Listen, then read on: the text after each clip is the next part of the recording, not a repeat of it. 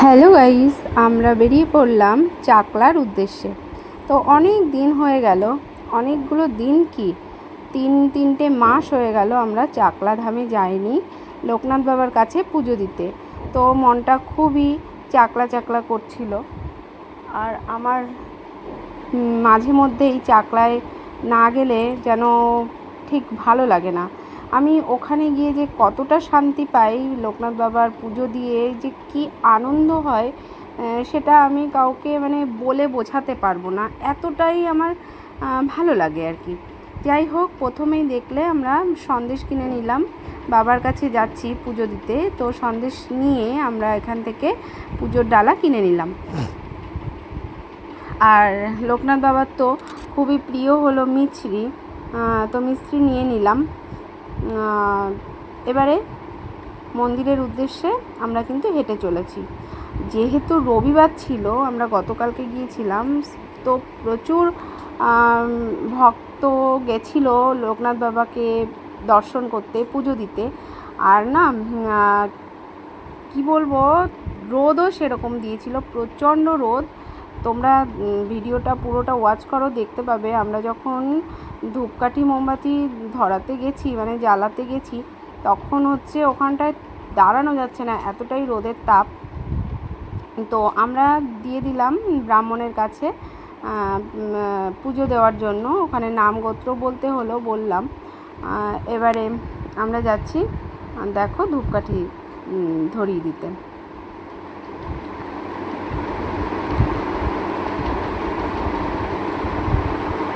তার আগে আমরা এখানে লোকনাথ বাবাকে মালা পরিয়ে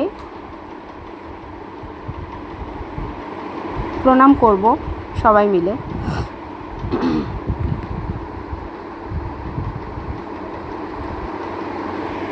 ও কি শান্তি! সবাই একবার জয় বাবা লোকনাথ বলো।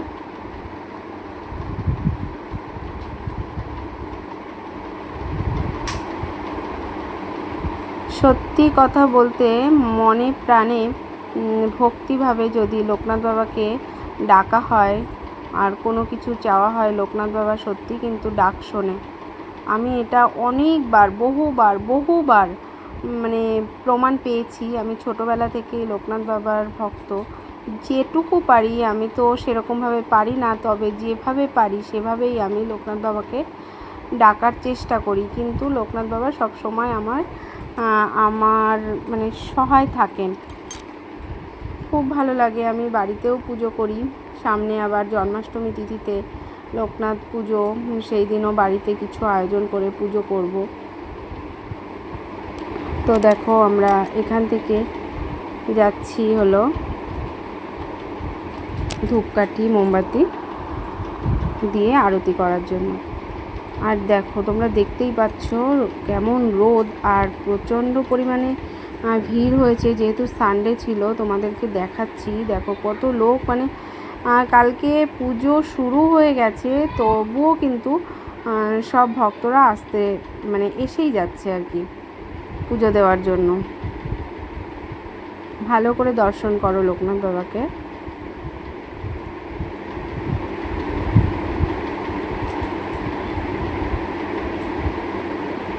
ওইদিকে রোদের তাপ, আর ওইদিকে দেখো চারিদিকে ধূপকাঠি মোমবাতি রয়েছে, জ্বলছে, তাই কিন্তু সেই আগুনের তাপটাও লাগছিল, প্রচণ্ড গরম লাগছিল।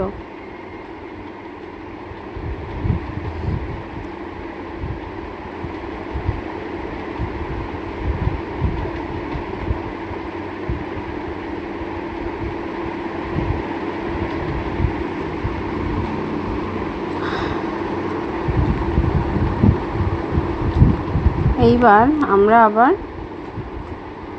পুজোর কাছে চলে যাব।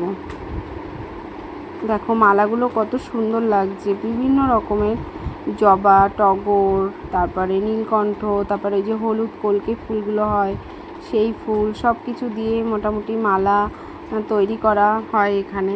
খুব ভালো লাগে দেখতে। আমরা বসে পড়েছিলাম যার যার জায়গা নিয়ে। আর আমার বাবান দেখো, ও না কয়েকবার বলা শুরু করে দিয়েছে যে আমার খেলনা কিনতে চলো। তো ও যেখানেই যাবে ওর আগে মানে আগে আর কি বাহানা থাকবে আমাকে কিছু কিনে দাও।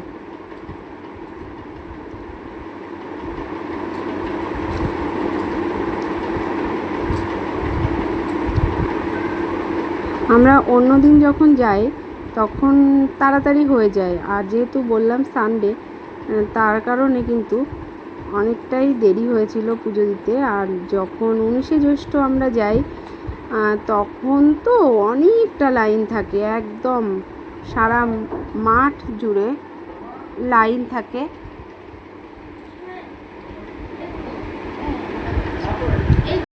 এখানে দেখো বন্ধুরা, আমি ভয়েস ওভার দিতে দিতেও আমি একটা কাজে গেছিলাম, একজন ডেকেছিল, তো যাই হোক আবার এলাম।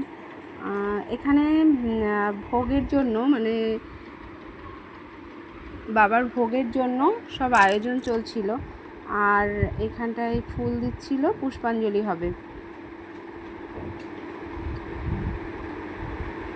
এই যে আমরা ফুল নিয়ে নিলাম।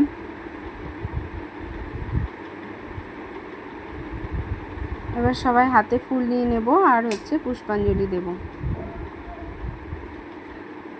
সত্যি কথা বলতে এতটাই ব্যস্ততার মধ্যে দিয়েও ভিডিওগুলো আমার দিতে হয়, এডিট করতে হয়, তো কিছু করার নেই। তো পুরো ভিডিও মানে এখানে করতে পারলাম না, যেহেতু পুজোর সময় বা পুষ্পাঞ্জলির সময় ভিডিও করতে গেলে কিন্তু মনোযোগ নষ্ট হয়ে যায়। তো আমি তার কারণে এই সময়টায় কখনোই ভিডিও করি না।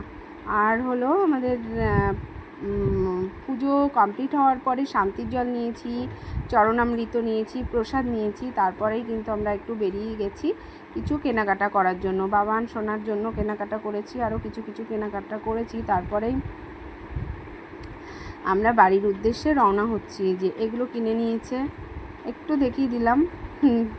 আমরা টোটো রিজার্ভ করে গেছিলাম বাড়ি থেকে, তো তাতে করেই আসছি। তো তোমাদের কেমন লাগলো ভিডিওটা একটু অবশ্যই কমেন্টে জানিও।